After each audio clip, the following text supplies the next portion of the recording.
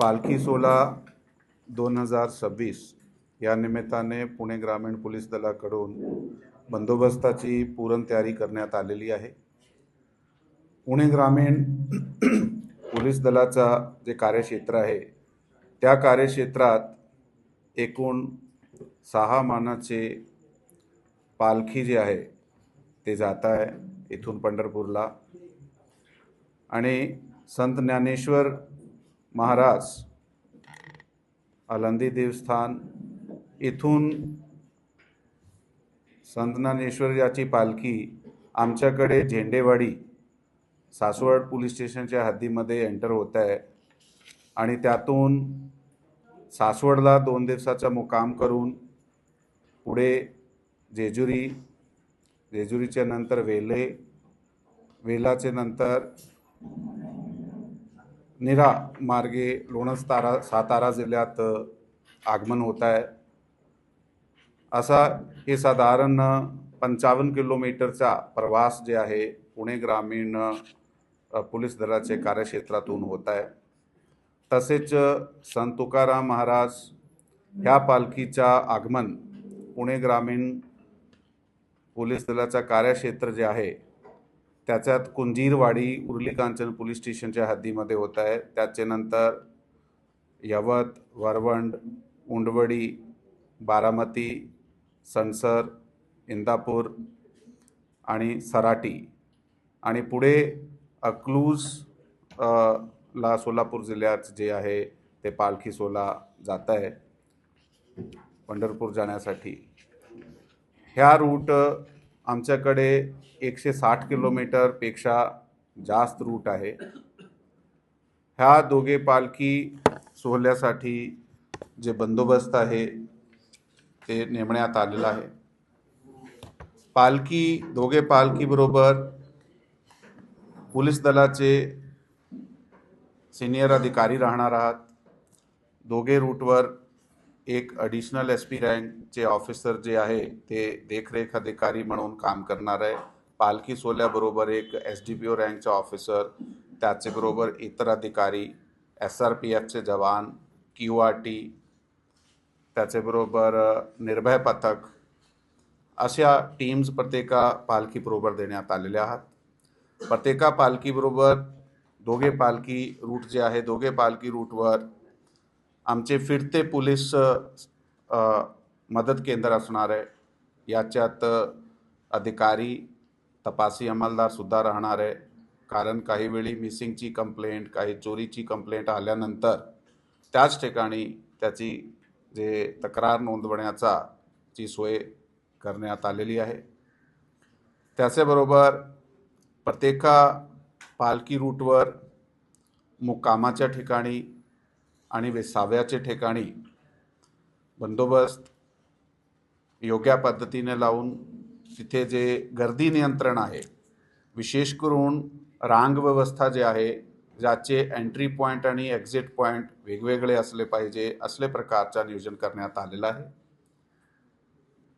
या रूटवर कुठेही रोड इंजिनिअरिंगचे जे काही प्रॉब्लेम्स होते, जेव्हा इतर काही समस्या होत्या, फॉर एक्झाम्पल वन विभागाशी रिलेटेड आहे, MSCBशी रिलेटेड आहे, BSNLशी रिलेटेड आहे, तर असे प्रत्येका विभागाबरोबर जे आहे ते पत्रव्यवहार करण्यात आलेला आहे आणि ते जी समस्या त्या ठिकाणची आहे त्याचं निराकरण करण्यासाठी समाधानक पद्धतीने कार्य करण्यात आलेले आहेत। या संत तुकाराम महाराज पालखी सोहळ्यावर 3 रिंगण, एक पहिला काठेवाडी, दुसरा बेलवंडी आणि तिसरा इंदापूर या ठिकाणी 3 गोल रिंगण जे आहे ते आयोजित करण्यात येत आहे। त्यासाठी योग्य बंदोबस्त पुरवण्यात आलेला आहे। प्रत्येका ठिकाणी ॲम्ब्युलन्स, पॉवर बॅकअप, योग्य पुरेशी लाईटची व्यवस्था असा नियोजन करण्यात आलेला आहे।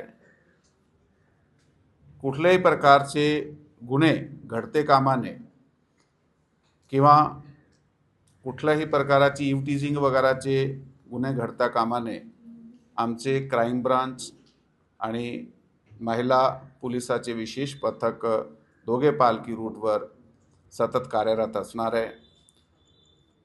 त्या रूटवर सुद्धा CCTV चलंत असणार आहे।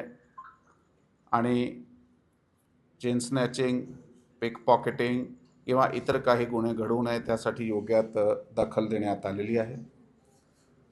काही लोक बिनापरवाना त्या रूटवर ड्रोन उडवण्याचा प्रयत्न करत आहे, त्यासाठी सुद्धा योग्य प्रतिबंध कारवाई करण्यात आलेली आहे. ह्याशिवाय ह्या पालखी सोहळ्याचा बंदोबस्त करत असताना सर्वात मोठा जे एक बंदोबस्त लावला जाते ते ट्रॅफिक डायव्हर्शनचे आहे. कारण त्या रूटला येणारे आणि जाणारे सर्व रस्त्यावर कुठेही प्रकारचा काही गाडी बंद पडणे किंवा त्या ट्रॅफिक वळवणे काही एखाद्या कारणाने, त्यासाठी कंटिंजन्सी रूट प्लॅन करण्यात आलेले आहे. कंटिंजन्सी रूटवर सुद्धा गुन्हे नियंत्रण दृष्टीने पोलीस दलातर्फे जे पेट्रोलिंग आहे, पोलीस पेट्रोलिंग ठेवण्यात आलेली आहे. भाविकाला कुठल्याही प्रकारची गैरसोय होणार नाही यासाठी प्रत्येका प्रकारची काळजी जी आहे ती घेण्यात आलेली आहे.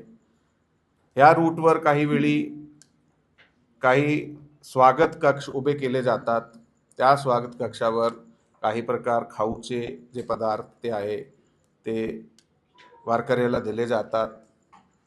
ते सर्वाचा वेलकम आहे त्यासाठी. परंतु त्या ठिकाणी डीजे लावणे, गाणे वाजवणे किंवा असे प्रकारचा कुठलाही नॉईज पोल्युशन करणे त्यावर योग्य प्रतिबंध कारवाई सुरुवातीपासून करण्यात आलेली आहे.